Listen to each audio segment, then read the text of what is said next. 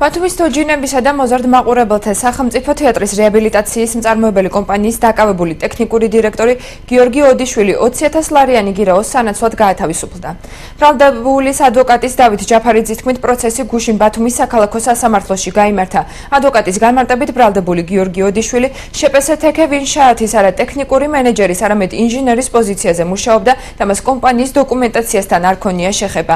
გიორგი ოდიშვილი ამ ეტაპზე ქუთაისის მეორე სასჯელახსრულების დაწესებულებაში იმყოფება და ის დღის ბოლოს გათავისუფლდება. შეგახსენებთ, რომ თოჯინების და მოზარდ მაყურებელთა სახელმწიფო თეატრის რეაბილიტაციის საქმეზე საქართველოს ფინანსთა სამინისტროს საგამოძიებო სამსახურის თანამშრომლებმა ყალბი დოკუმენტების დამზადება, გამოყენების და სახელმწიფო ბიუჯეტის კუთვნილი დიდი ოდენობით ფულადი თანხების მითვისების ბრალდებით სისხლის სამართლის პასუხისგებაში კომპანიის დირექტორი ჰალილ ექში და ტექნიკური დირექტორი გიორგი ოდიშვილი მისცეს.